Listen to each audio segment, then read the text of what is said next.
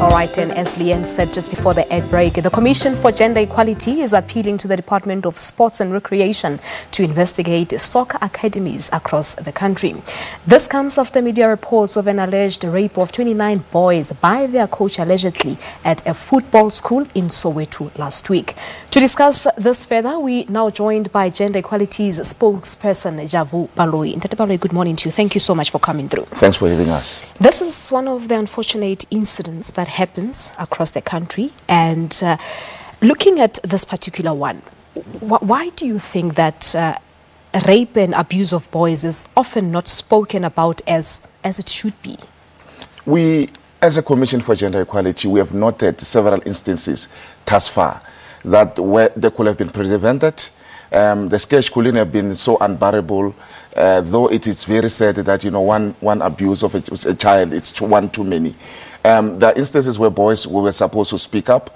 There are instances where, because of our societal patriarchal mentality, where the upbringing of a boy child is that, you know, you don't speak up on certain issues, you man up. And teaching boys to not to show emotion at a young age. Yeah. And that's the crux of the problem, where we should have prevented some of these things that, you know, we need to begin a process where we treat a boy child and a girl child the same way, engage with them, talk to them, let them open up and talk to them, because some of these atrocities and abuses, parents could have red flagged them long time ago, and someone could have sounded an alarm bell long time ago. But, you know, it took 4 months until a 9-year-old boy was mercilessly abused. So well, psychologists have said before that it's not easy for the victims of such violations and rape, of course, to actually go about reporting these matters. But what other factors would you say come into play for a boy child in such scenarios? Other factor is because, you know, we instill these values in kids that, you know, we need to succeed at all costs, do what it takes. Remember, parents were giving money to these academies to say, I want you to be on one of the best teams in the country. I want to watch your TV, oh my boy. But forgetting that, you know, you were putting undue pressure to get to kids who at times might not be talented, who at times might be, not everyone can make it to the PSL, not everyone can make it to the National Federation Division. What we need to do as people is to be there and also to open up to say, because at times, I will give you an example, Palesa, like an AB Kluma, what happened in that school. Some parents were told about some of the things that were happening in that school, and people were saying, no, kids are lying. At times, we tend not to blame, to believe our kids. We blame somebody because of the authority that... So we are basically perpetuating the silence of such incidents. Most definitely, we are.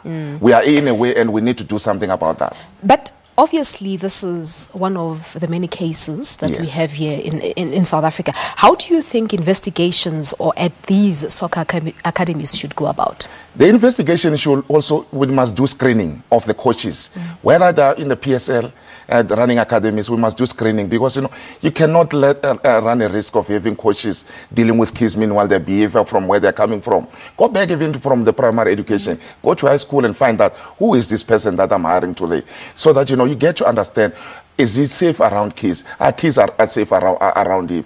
And also make sure that the Department of Sports and Recreation, like the Department of Higher Education, put the names of all the academies that are certificated, that have got the genuine coaches on board. It's a pity this one has passed on the day before yesterday.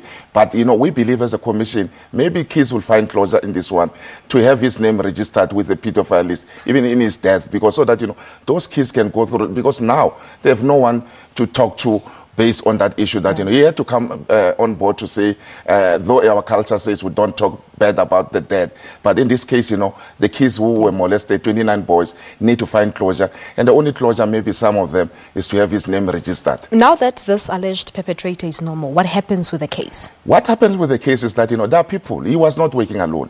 There are people, someone somewhere knew about these things. Someone was told about these things by these kids. So all those people were associated, and the schools that were associated with the academy had to be investigated, had to be looked at, and we must find out how the linkages with other provinces, because there are kids from Limpopo, there are kids from KwaZulu-Natal, Eastern Cape and Gauteng. Where were they referred? Who referred them? We're not aware of this kind of behavior, so that we can nip it in the bud and keep this kind of behavior happening. And also, it's supposed to serve as a lesson to us parents also, that, when we do something, we mustn't pursue success at all costs. We must send our kids to where the vicinity where we can visit them, the way we can see them, engage them, talk to. Dumping money to a problem is not a solution at times, and we must be very cognizant. We're not blaming parents, but in every given situation there are lessons to be learned. And I think the saddest part about such incidents, Brajavu, it's the fact that they target your deepest rural areas. I think there's a documentary that I recently watched on the SABC News channel where they would go to your deepest KwaZulu-Natal rural areas, or Limpopo, or the Eastern Cape, for example, where parents are not clued up about these issues. Yes, that's why they say poverty is a crime against humanity. What we do at the Commission for Gender Equality in the 9 provinces, we do something called legal clinics and outreach clinics, where we educate society about the rights. We have got partnership with SABC Foundation. We use community radio stations. We write opinion pieces. We write statements, and also at times use community radio stations to help society to understand about the rights. Yes, some of the people are calling us as a Commission for Gender Equality that I was not aware, and we articulate this in the languages that they can understand, so that that cannot be an excuse in this day and age, because not only us, even other institutions, like-minded institutions, they do go to these rural areas. What they need to do is to make sure these institutions are bona fides.